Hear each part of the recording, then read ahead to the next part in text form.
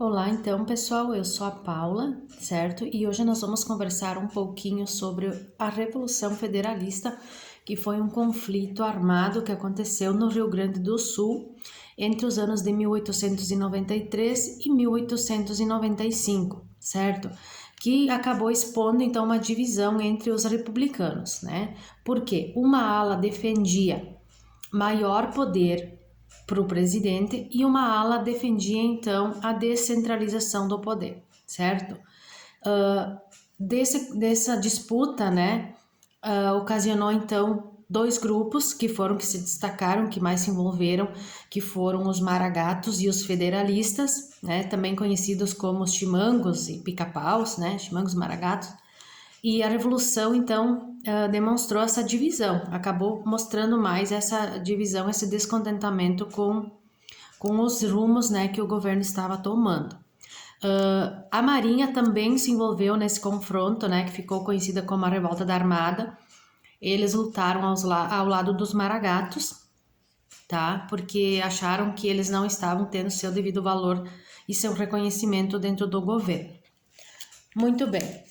Então, as divergências entre essas duas partes, a que acabou resultando na Revolução, a gente pode denominar o seguinte, tá? Os líderes foram Júlio de Castilhos e o Gaspar Silveira Martins, tá?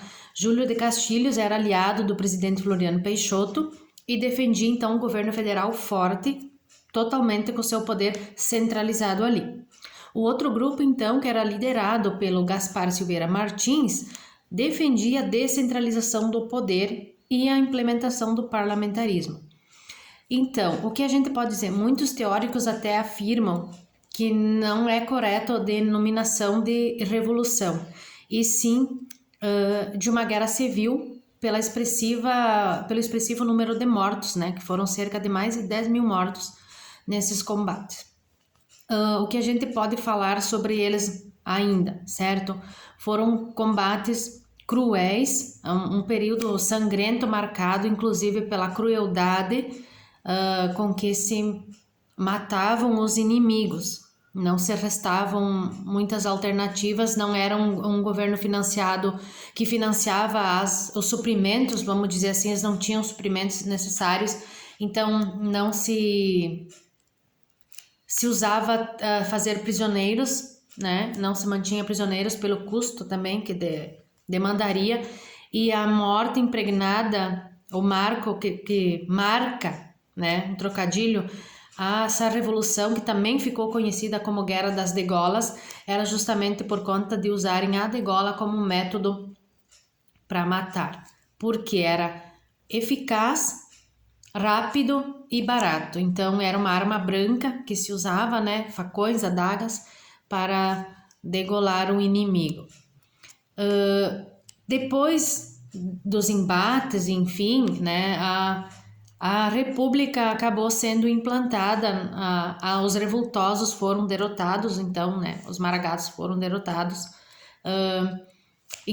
Houve dois embates importantes dentro da Revolução que a gente pode comentar, que foram o embate do Rio Negro, tá? Onde 270 federalistas foram degolados, que ali se firmou um nome forte, conhecido, aqui nas páginas rio-grandenses, pelo menos, do negro Adão Latorre, que conta que só ele teria degolado cerca de 200 homens, né? E a revanche do Boi Preto, então, que também é um episódio da degola do Boi Preto, bem conhecida tanto a nível regional como federal, né? Que foi, vamos dizer assim, como fala, a revanche, né?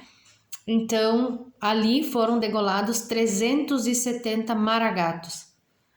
Mesmo após eles terem se rendidos, né? Os federalistas chegaram com cerca de 1.500 homens ao acampamento onde os maragatos estavam, né? Que já eram os fins da Revolução. Eles até tinham, né, comentado que era o fim, então eles estavam festejando, desarmados já, foi de madrugada, e eles foram todos degolados, não se poupou um só homem, né?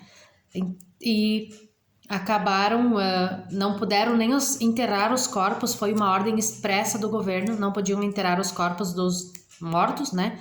Eles ficaram ali para servir de exemplo, para quem mais tentasse se contrapor às forças do governo, já estava marcado ali, também de forma autoritária, como era a marca do governo, né? Autoritária, de repreender todo e qualquer tipo de manifestação.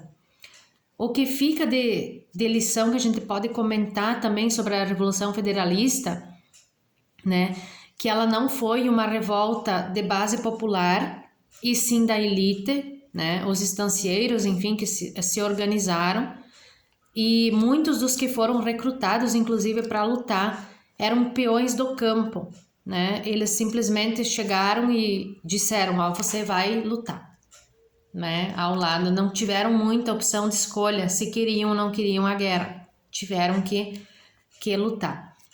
O que fica claro, né, sobre esse capítulo triste da história é que houve uma falta de diálogo, na verdade, que é o motivo para todos os combates, né, quando não se tem mais possibilidade de conversação, e se parte para o exercício da guerra mesmo, de pegar em armas, né, e de uma maneira tão cruel. Então, sempre se pensa e se pode tirar desse combate também essa lição de tentar que não aconteça, né? De modo a que as lideranças sempre se conversem e não precise chegar nesses extremos, né?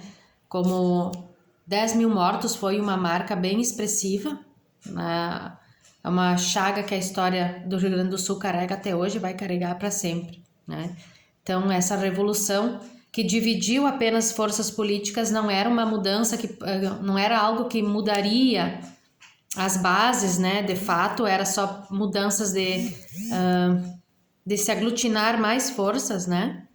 E acabou gerando então esse combate triste e que faz parte da história também, né? E a gente deve contar sim para que eles não voltem a acontecer, que a gente sempre possa falar sobre isso, de maneira a evitar guerras futuras, certo?